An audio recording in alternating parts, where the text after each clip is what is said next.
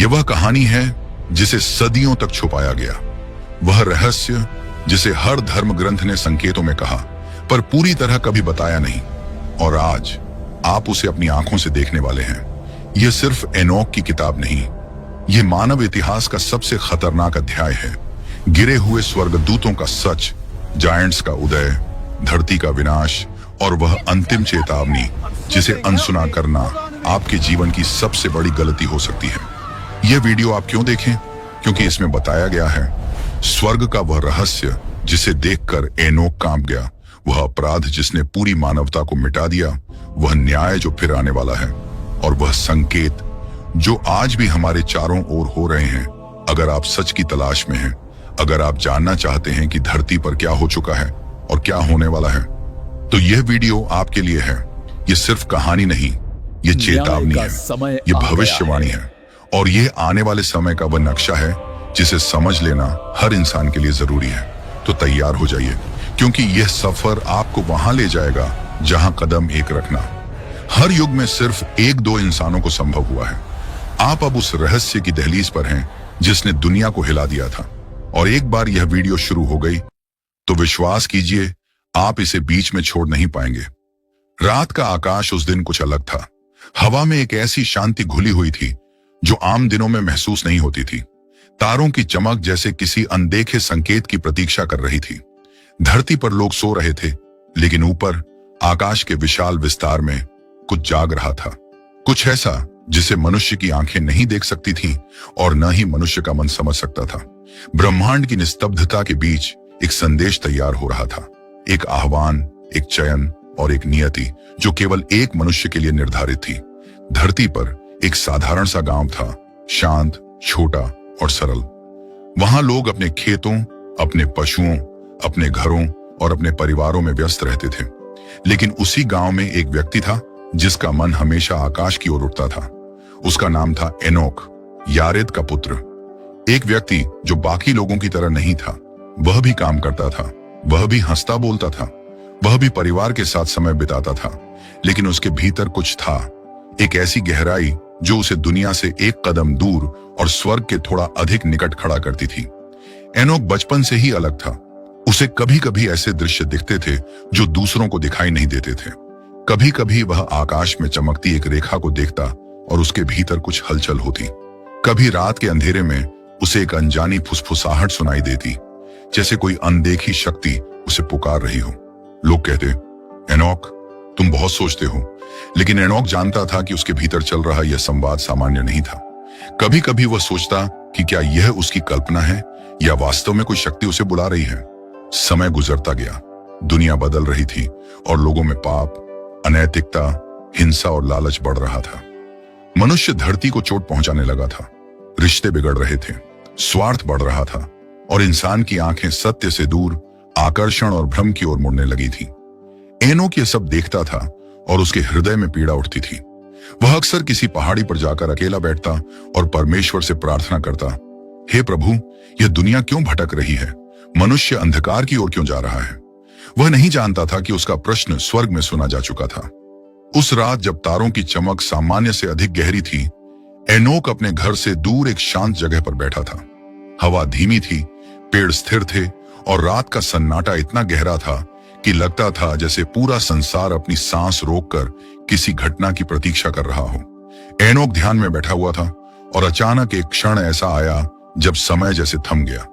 उसके आसपास की हवा घनी हो गई, मानो वातावरण में कोई अदृश्य शक्ति उतर रही हो। एक अनजानी रोशनी उसके सामने प्रकट होने लगी, धीरे धीरे किसी फूल की तरह खुलती हुई। एनोक ने अपनी आंखें खोली और उसने वह देखा जिसे उसने पहले कभी नहीं देखा था। उसके सामने एक आकृति खड़ी थी, रोशनी से बनी, लेकिन इतनी स्पष्ट कि उसका हर अंग दिखाई दे रहा था।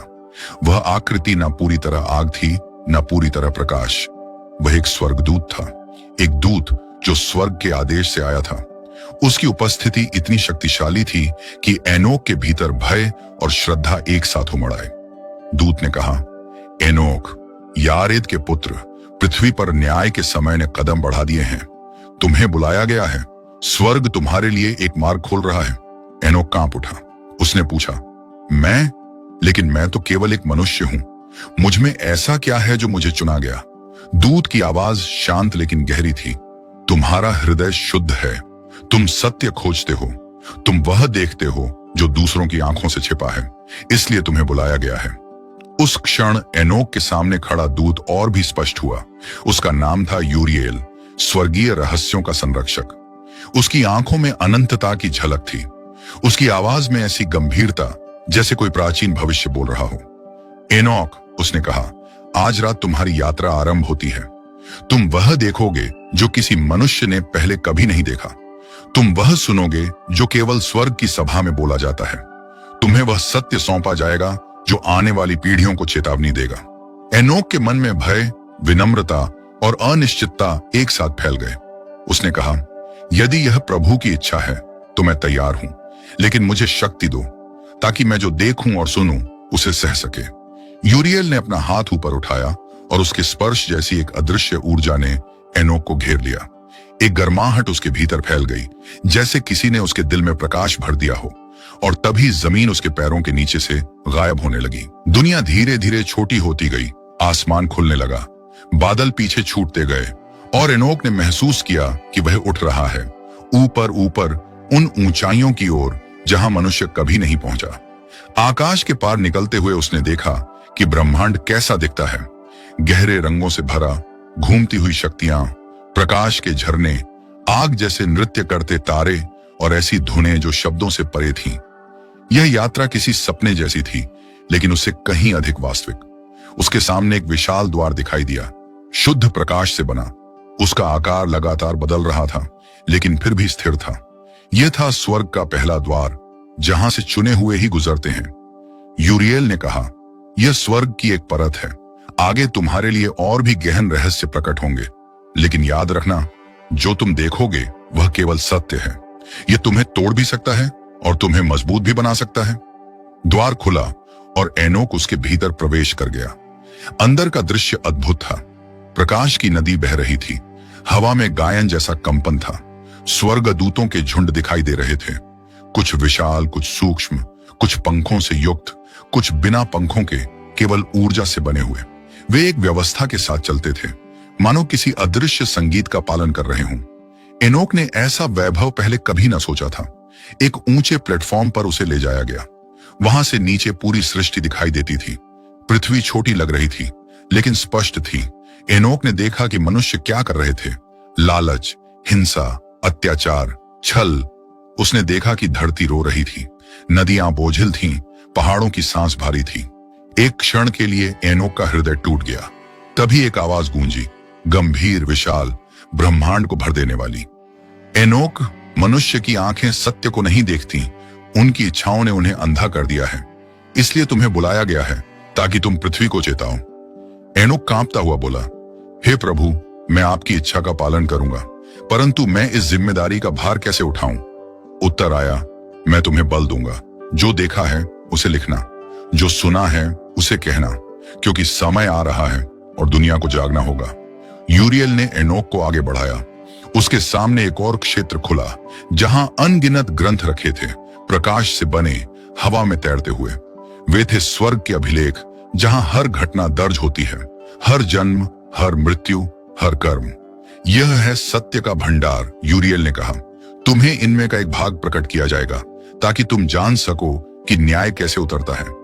एनोक ने महसूस किया कि वह कुछ महान का हिस्सा बनने वाला है। अब उसकी यात्रा सिर्फ देखने की नहीं थी, अब वह एक संदेशवाहक बनने वाला था। वह आवाज जो आने वाले समय की घोषणा करेगी। स्वर्ग के दूसरे क्षेत्र में उसने प्रकाश की नदियां देखी, जहां दिव्य ऊर्जा बहती थी। उसने कई स्वर्गदूतों को देखा जो पृथ्वी के मौसम, नदियों, वनों, समुद्रों और तारों की गति को नियंत्रित करते थे। वे शांत और तल्लीन थे, मानो स्वयं प्रकृति का हृदय इन्हीं में धड़कता हो। यूरिएल ने कहा, जब मनुष्य पाप करता है, उसका प्रभाव केवल मनुष्यों तक नहीं रहता, प्रकृति का संतुलन भी टूटने लगता है।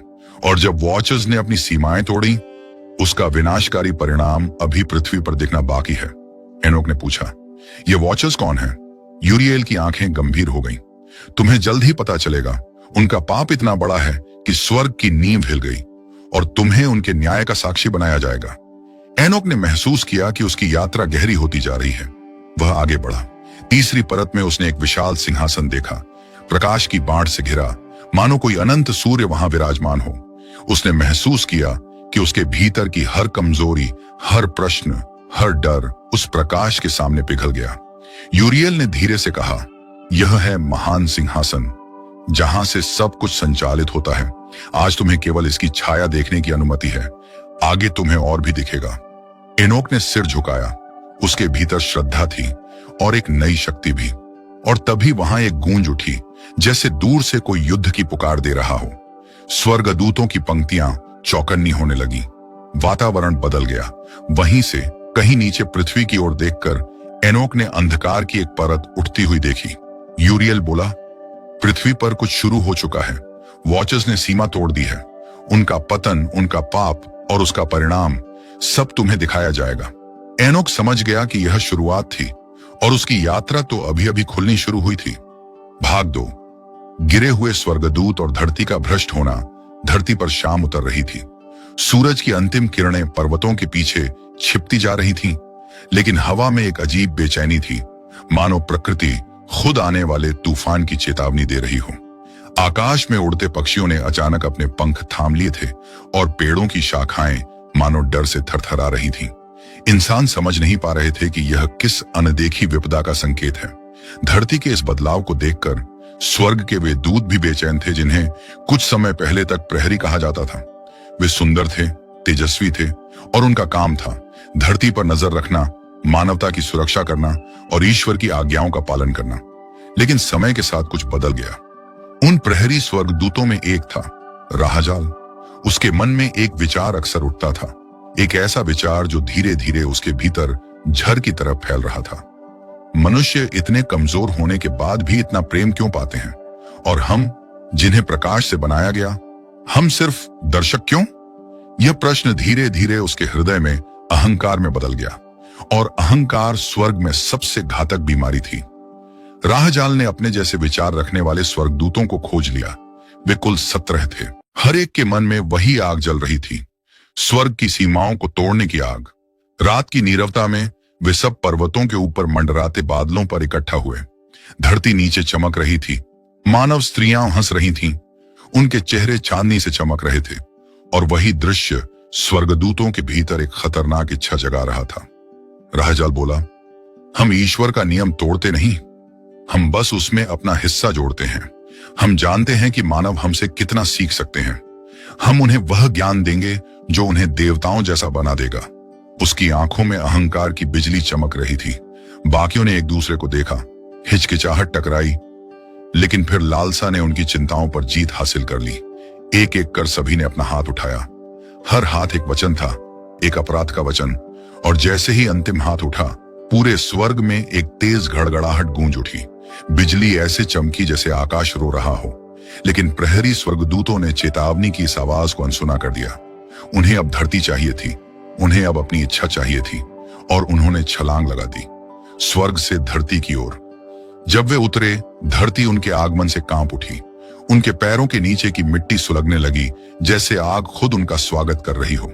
मनुष्य उन्हें देखकर स्तब्ध रह गए। उनका तेज इतना उजला था कि कई लोगों ने भय से अपनी आंखें ढक ली। लेकिन समय के साथ वह भय आकर्षण में बदलने लगा। मनुष्य पहले ही कमजोर थे, और स्वर्गदूतों की चमक उनके लिए किसी देवता से कम नहीं थी। यहीं से सब शुरू हुआ।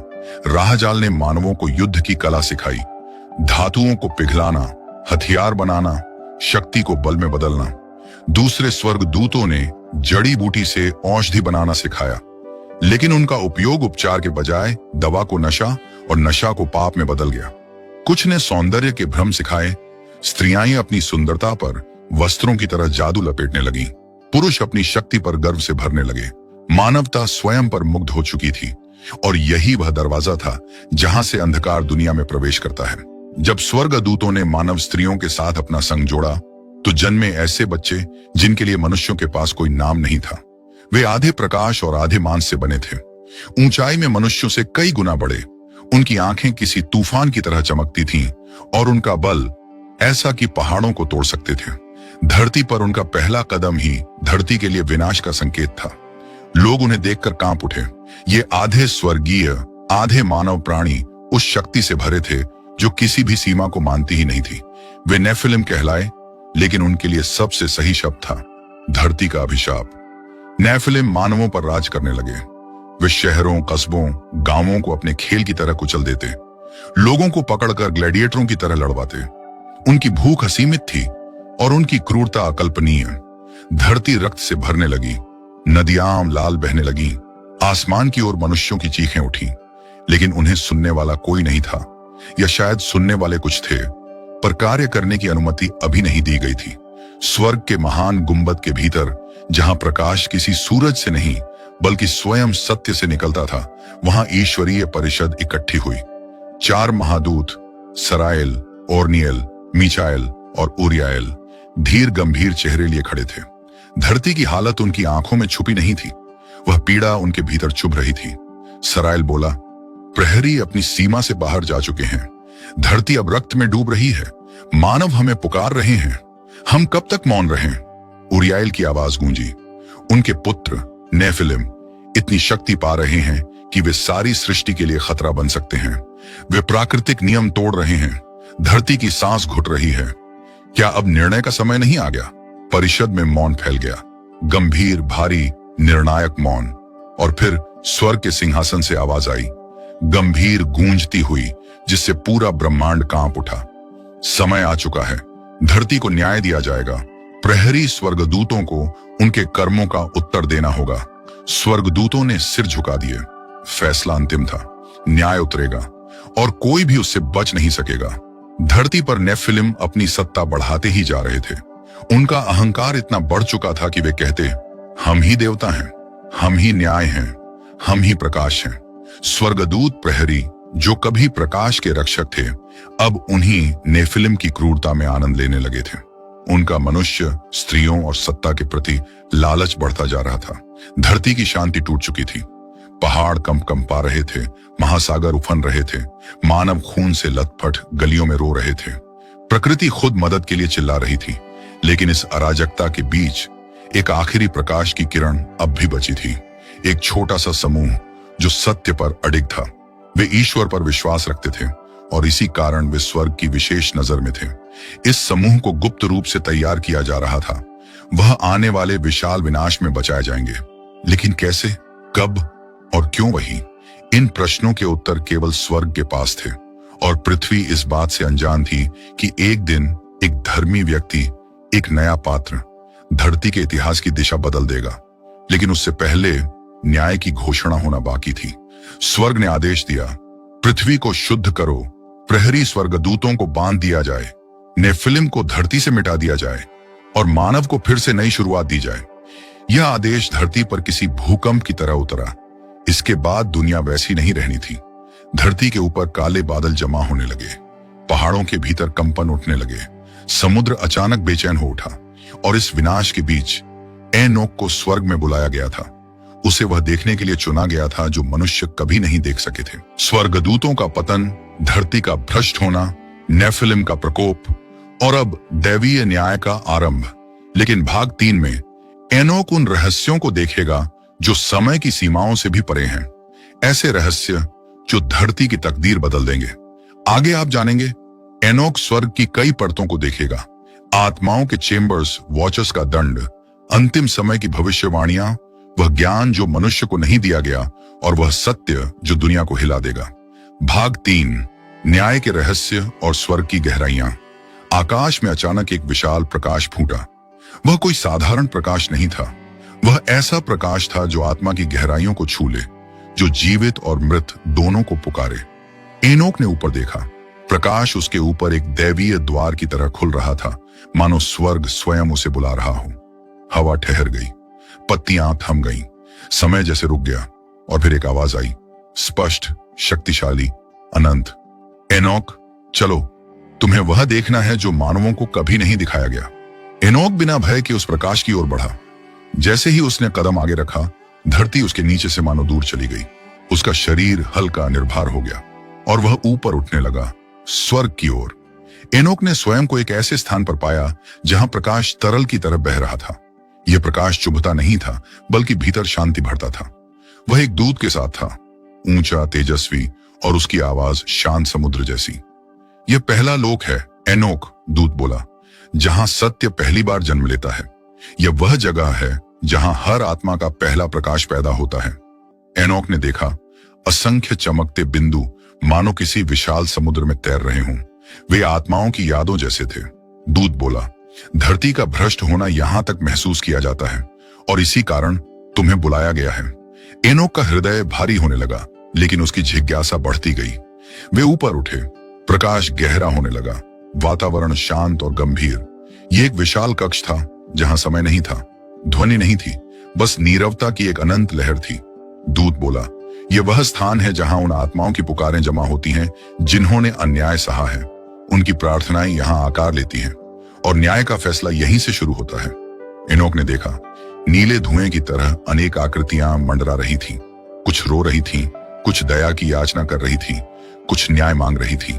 एनोक की आंखें नम हो गईं। धरा पर जो अत्याचार हो रहे थे उनकी प्रतिध्वनि यहां तक गूंज रही थी। यह परत भय और गंभीरता से भरी थी। वातावरण भारी था। आकाश में काले और सफेद प्रकाश का मिश्रण घूम रहा था।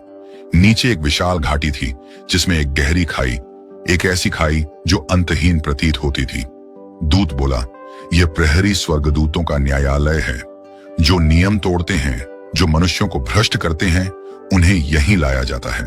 अचानक भूमि पर बिजली गिरी और उसके बीच खड़े थे गिर चुके स्वर्गदूत, राहजाल और उसके साथी। उनके तेज में कालेपन की छाया घुल चुकी थी। वे बंधे हुए थे आकाशीय जंजीरों से जो प्रकाश और अंधकार दोनों से बनी थी। उनके चेहरे पश्चाताप और क्रोध से भरे थे। स्वर्ग की आवाज गूंजी, तुमने कानून तोड़ा, तुमने धरती को अभिशाप दिया, तुम्हें अब समय की गहराइयों में बांध दिया जाएगा जब तक कि अंतिम न्याय का दिन ना आ जाए। जैसे ही यह कहा गया, जंजीरों ने उन्हें खाई में खींच लिया। एनोक ने यह दृश्य देखा और उसके पैरों के नीचे धरती तक हिल गई। यह परत सबसे रहस्यमय थी। यहां न अतीत था, न पूरा वर्तमान, न पूरा भविष्य, बल्कि तीनों का सम्मिश्रण था।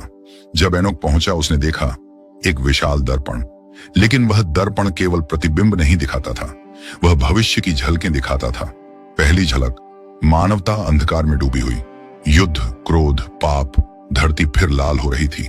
दूसरी झलक, आकाश में एक विशाल प्रकाश, मानो ईश्वर का हस्तक्षेप फिर से होने वाला हो। तीसरी झलक, एक व्यक्ति खड़ा था, न भय न लालच, सिर्फ सत्य से भरा। उसे देखकर एनोक का दिल धड़क उठा। दूत बोला, यही भविष्य का वाहक है।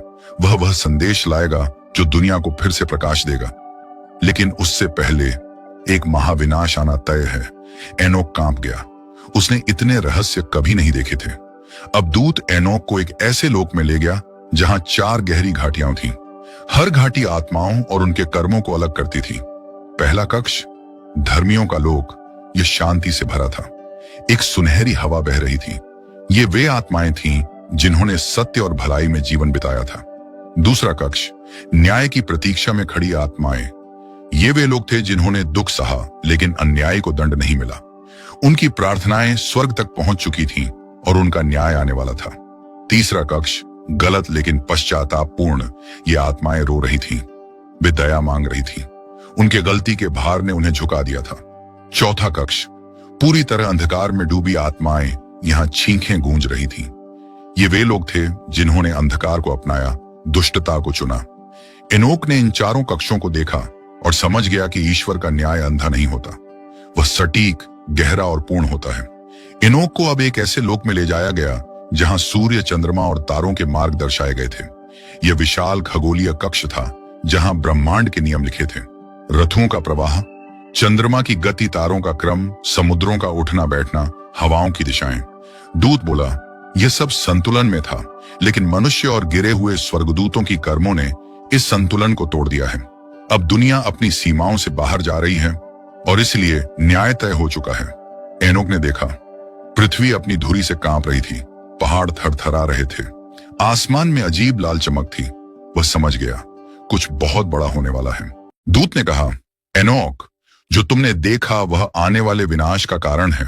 धरती को शुद्ध करना जरूरी है, नेफिलिम का अंत होना जरूरी है, मानव को फिर से शुरुआत देना जरूरी है।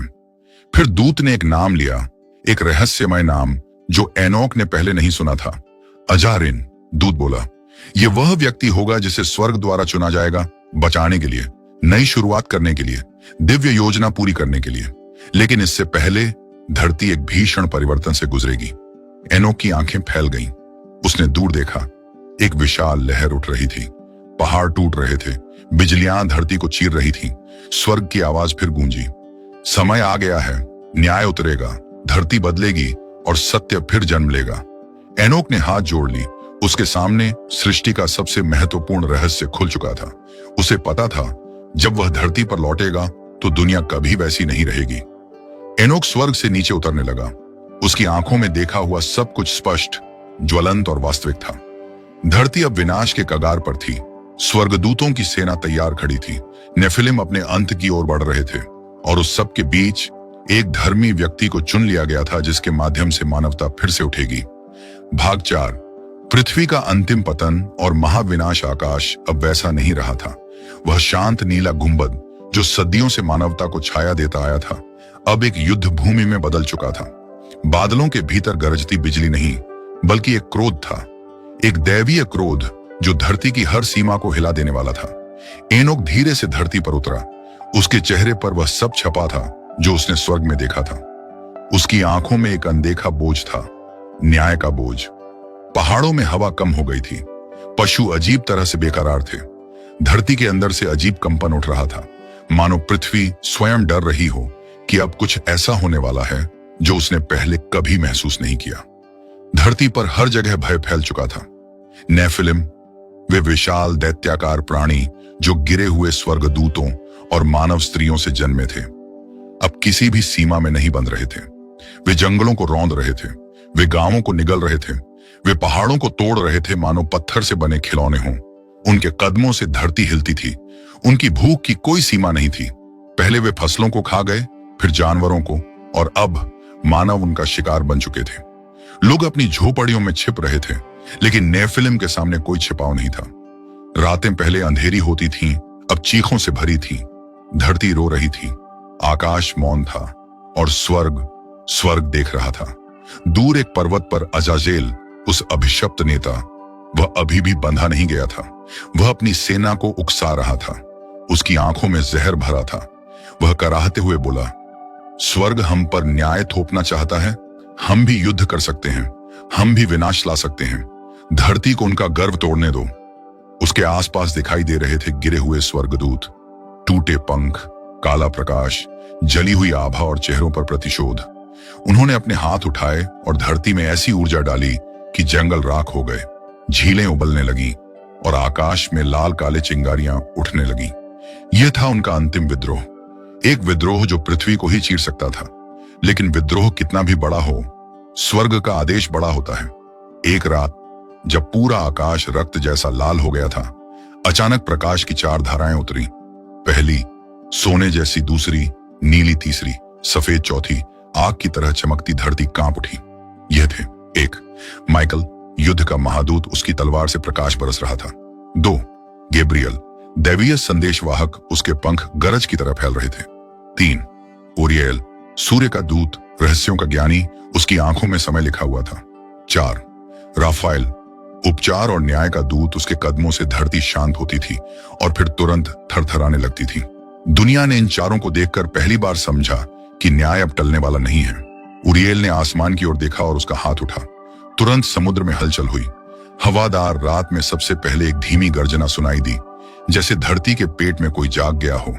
फिर पृथ्वी की गहराइयों में दरारें खुली, पानी फूटा, उबलता हुआ, क्रोधित, अप्राकृतिक। समुद्र पीछे हटे और फिर इतनी ताकत से लौटे कि पर्वतों को भी बहा ले जाते। लोग पहाड़ों पर भागे, लेकिन पानी उनसे तेज था। हवा में नमक नहीं था, विनाश की गंध थी। जब धरती पानी से भरती जा रही थी, तभी आकाश ने भी अपना भाग निभाया। ऊपर से बादल नहीं, बल्कि अग्नि गिर रही थी, छोटे छोटे सूरजों जैसी। माइकल की तलवार आकाश की ओर उठी और उसके साथ स्वर्गीय सेना उतरने लगी। यह दृश्य किसी भी मानव के लिए कल्पना के पार था। धरती के एक छोर पर आग फैल रही थी और दूसरे छोर पर पानी अपनी सीमा तोड़ रहा था। दुनिया 2 शक्तियों के बीच फंस गई थी, जल का न्याय और अग्नि का न्याय। जब नेफिलिम ने स्वर्गीय सेना को देखा तो उनका गर्व पिघल गया। उनकी गर्जना चीखों में बदल गई। उनकी क्रूरता भय में बदल गई। वे भागे, पहाड़ों में, जंगलों में, नदियों में, लेकिन उन्हें पता था कि कोई बचाव नहीं। गैब्रियल ने आदेश दिया, धरती स्वयं इनके विरुद्ध उठे, और धरती उठी। पहाड़ टूटे, घाटियां धंसी, पेड़ जड़ों समेत उड़ गए। नेफिलिम गिरने लगे, कई पानी में समा गए, कुछ आग में जलकर राख हो गए, कुछ सीधे स्वर्गदूतों की तलवारों से कट गए। उनकी चीखें पहाड़ों तक गूंजती रहीं, लेकिन यह अंत था। उनके शरीर मिट गए, लेकिन उनकी आत्माएं, वे धरती पर घूमती रहेंगी अंधकार की आत्माओं की तरह, जब तक समय पूरा ना हो। अब स्वर्ग का अंतिम आदेश आया। उरियल ने कहा, जल को पूरा होने दो, धरती को शुद्ध होने दो। पानी बढ़ने लगा, तेज, अविराम, अस्त व्यस्त। पहाड़ डूबने लगे, पेड़ निगल लिए गए, नदियां अपने रास्ते भूल गईं। दुनिया एक अथाह महासागर बन गई। लेकिन एक व्यक्ति था जिसे स्वर्ग ने बचाने के लिए चुना था। एनोक इसे जानता था। भाग 5 की शुरुआत उस व्यक्ति से होगी, उस जहाज से होगी जो मानवता को नया जीवन देगा। दुनिया डूब रही थी, लेकिन स्वर्ग एक नए आरंभ की तैयारी कर रहा था। धरती चुप थी, शोर केवल पानी का था। स्वर्गदूत आकाश में तैनात खड़े थे। नेफिलिम समाप्त हो चुके थे, गिरे हुए स्वर्गदूत बांध दिए गए थे, और अब एक नया युग जन्म लेने वाला था। आगे आप जानेंगे उस चुने हुए मनुष्य के बारे में, उसके जहाज के बारे में, नए आरंभ के बारे में, और एनोक के अंतिम रहस्य के बारे में, जो मनुष्य जाति की नियति बदल देगा। भाग 5, नया आरंभ और स्वर्ग की अंतिम योजना। धरती अब एक अजीब खामोशी में थी। न नेफिलिम की दहाड़, न गिरे हुए स्वर्गदूतों की फुसफुसाहट, न मानवों की चीखें। बस हर दिशा में फैला हुआ पानी, मानो पृथ्वी ने खुद को अपने ही आंसुओं के समंदर में डुबो दिया हो। आकाश भी बदल चुका था। वह तपता हुआ लाल रंग जो लंबे समय तक धरती के ऊपर मंडरा रहा था, धीरे धीरे एक फीकी, शांत नीली छाया में बदलने लगा। लेकिन कहानी का अंत अभी नहीं आया था, क्योंकि एक मनुष्य, एक जहाज और एक भविष्य अभी भी स्वर्ग की योजना का हिस्सा थे। एनोक को बहुत पहले एक अद्भुत दृष्टि में दिखाया गया था कि धरती पर एक ऐसा मनुष्य पैदा होगा जिसका हृदय बाकी लोगों से बिल्कुल अलग होगा। वही मनुष्य था नूह। वह अशांति से दूर रहता था। लोगों की हिंसा, उनकी पागलपन भरी जीवन शैली, उनकी भ्रष्टता, सब कुछ से अलग। नूह धरती के दर्द को महसूस करता था। वह दया से भर जाता था जब हवा में चीखों की गूंज सुनाई देती थी, और सबसे महत्वपूर्ण, वह परमेश्वर के मार्ग पर चलता था, एक ऐसी दुनिया में जहां कोई मार्ग बचा ही नहीं था। एक रात जब आकाश में एक भी तारा नहीं था, नूह को स्वर्ग की आवाज सुनाई दी। एक ऐसी आवाज जो किसी मनुष्य की नहीं हो सकती थी, गहरी, विशाल, दैवीय। नूह, धरती शुद्ध की जाएगी, लेकिन जीवन समाप्त नहीं होगा। तुम वह पात्र हो जिसमें भविष्य को सुरक्षित रखा जाएगा। नूह स्तब्ध था, लेकिन उसने एक भी प्रश्न नहीं किया। उसके अंदर एक शांत दृढ़ता थी। फिर आवाज ने कहा, एक जहाज बनाओ, इतना विशाल कि उसमें हर जीव का बीज सुरक्षित रह सके, क्योंकि जो आने वाला है वह पृथ्वी की दिशा बदल देगा। नूह ने उसी रात से अपने हाथों में औजार उठा लिए। लोग उसे पागल कहते थे। यह आदमी पहाड़ पर जहाज बना रहा है। वे हंसते थे, मजाक उड़ाते थे, पत्थर फेंकते थे, लेकिन नूह नहीं रुका। उसके 3 बेटे उसके साथ थे, और हर कील, हर तख्ती, हर हथौड़े का प्रहार मानो आने वाले युग की घोषणा थी। जब जहाज तैयार हो गया, उसकी विशालता ही बता रही थी कि यह काम किसी सामान्य मनुष्य का नहीं। और तभी धरती पर एक चमत्कार शुरू हुआ। पेड़ों से, घाटियों से, पहाड़ों से, जंगलों की गहराई से हर तरह के जीव जोड़ी जोड़ी जहाज की ओर बढ़ने लगे, जैसे किसी अदृश्य शक्ति ने सभी को एक ही दिशा में पुकारा हो। हिरणों की चुप चाल, शेरों की गंभीर आंखें, हाथियों की भारी सांसें, पक्षियों के पंखों की धुन, सब नूह के बनाए जहाज में समाने लगे। नूह और उसके परिवार ने उन्हें क्रम से जहाज में स्थान दिया, और पूरे समय धरती पर एक चुप्पी छाई रही, जैसे प्रकृति खुद इस पल का इंतजार कर रही हो। जब जहाज तैयार था और जीव उसमें बस चुके थे, 4 महादूत पृथ्वी पर प्रकट हुए। माइकल ने गंभीर आवाज में कहा, नूह, तुम्हारा यह कार्य धरती के भविष्य को सुरक्षित रखेगा। गैब्रियल बोला, जब आकाश फटेगा तुम्हें डरना नहीं है। राफाएल ने जहाज पर हाथ रखा। जहाज में प्रवेश करने वाले स्वर्ग की निगरानी में रहेंगे। उरियल ने कहा, जब जल उतर जाएगा पृथ्वी नया जन्म लेगी तुम्हारे वंश से। और तभी हवा में प्रकाश फैला, जैसे समय खुद खुल गया हो। वहीं पर था एनोक, स्वर्ग में उठा लिया गया मनुष्य अब नूह के सामने खड़ा था। उसकी आवाज मानो हजारों वर्षों की गूंज हो। नूह, तुम्हारा कार्य धरती का पुनर्जन्म है, लेकिन याद रखना, भविष्य में फिर पाप लौटेगा, फिर अंधकार बढ़ेगा, फिर दुनिया डगमगाएगी। लेकिन उसने गहरी सांस ली। एक दिन एक उद्धारकर्ता जन्म लेगा, जिसका प्रकाश हर अंधकार मिटा देगा। नूह की आंखें नम थीं। वह समझ गया, यह जल प्रलय अंत नहीं है, यह एक नई शुरुआत की प्रस्तावना है। एनोक प्रकाश बनकर स्वर्ग में विलीन हो गया। फिर आकाश ने अपना क्रोध खोला। बादल फटे, धरती कांप उठी, गहरी दरारों से जल फव्वारों की तरह उछलने लगा। बारिश ऐसी थी जैसे आकाश ही टूटकर गिर रहा हो। लोग जो कल तक हंस रहे थे, अब चीख रहे थे, दौड़ रहे थे, दरवाजों पर चोट कर रहे थे। लेकिन देर हो चुकी थी। नूह ने अंतिम बार धरती को देखा और धीरे से कहा, एक नया आरंभ आ रहा है। और जहाज का द्वार स्वर्गीय हाथों से बंद कर दिया गया। अब शुरू होगी वह महान यात्रा जो 40 दिनों की बारिश, महासागरों की गर्जना और अनजानी दिशाओं से होकर गुजरेगी। लेकिन इस यात्रा में नूह और उसके परिवार को क्या दर्शन मिलेगा? कौन सी स्वर्गीय घटनाएं होंगी? क्या पृथ्वी सच में नहीं बनेगी? और एनोक की भविष्यवाणी अगले युग की किस रहस्य की ओर इशारा करती है? जब नूह ने नया संसार बसाना शुरू कर दिया था, तब भी आकाश की गहराई में एक मौन हलचल चल रही थी। एक ऐसा रहस्य जिसे केवल कुछ ही समझ पा रहे थे।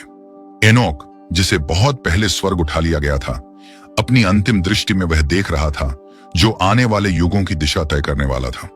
स्वर्गीय संदेश एक बार फिर प्रकाश का विशाल स्तंभ उसके सामने उतरा। वही परिचित दिव्य आवाज बोली, एनोक, समय के चक्र का अंतिम रहस्य अब पूरा होने वाला है। जो बीत चुका वह एक आरंभ था, और जो आने वाला है वह पीड़ता होगी। एनोक ने देखा कि स्वर्ग और पृथ्वी के बीच एक अदृश्य धागा कंपन कर रहा है, एक संकेत कि मानवता फिर एक बार एक महत्वपूर्ण मुकाम पर पहुंचेगी। भविष्य का उद्घाटन दृष्टि में उसने देखा कि एक दिन लोग फिर से ज्ञान ढूंढेंगे, फिर से सत्य खो देंगे, और फिर से अंधकार और प्रकाश के बीच संघर्ष होगा। पर इस बार यह संघर्ष अदृश्य होगा, मन के भीतर, आत्मा के भीतर, और हर उस हृदय में जो सत्य और असत्य के बीच खड़ा होगा। एक स्वर बोला, जो सत्य की खोज करेगा वह पाएगा, जो अंधकार को अपनाएगा वह स्वयं खो जाएगा। लेकिन अंत में न्याय अवश्य उतरेगा, क्योंकि न्याय मेरा है। अंतिम चेतावनी। एनोक ने देखा कि समय के अंतिम चरण में फिर से वही संकेत प्रकट होंगे। आकाश में अनोखी हलचलें, धरती में अशांति, और मानवता का घमंड अपने चरम पर पहुंचना। वाणी ने कहा, यह सब भय देने के लिए नहीं, बल्कि जागृत करने के लिए है, क्योंकि जो जागेगा वही बचेगा। एनोक का अंतिम संदेश दृष्टि समाप्त होने से पहले एनोक ने अपनी अंतिम पंक्तियां लिखी। उसको आने वाली पीढ़ियों, सत्य अंधकार में भी चमकता है, न्याय विलंबित हो सकता है पर कभी रुकेगा नहीं। धर्मियों का मार्ग कठिन है, पर वही मार्ग जीवन है। और जब अंतिम दिन आएगा तो हर हृदय का सत्य उजागर होगा। सिब्बान। स्वर्ग बंद हुआ, पर आशा खुली रही, दृष्टि समाप्त हुई। स्वर्ग का द्वार धीरे धीरे बंद होने लगा, पर मानवता के लिए एक रास्ता खुल चुका था। एक याद दिलाने वाली सीख कि जो एक बार हुआ वह फिर हो सकता है, पर जो एक बार चेताया गया उसे फिर अनसुना नहीं किया जा सकता। अंततः एनोक की कथा सिर्फ अतीत की नहीं, भविष्य की भी भविष्यवाणी बन गई।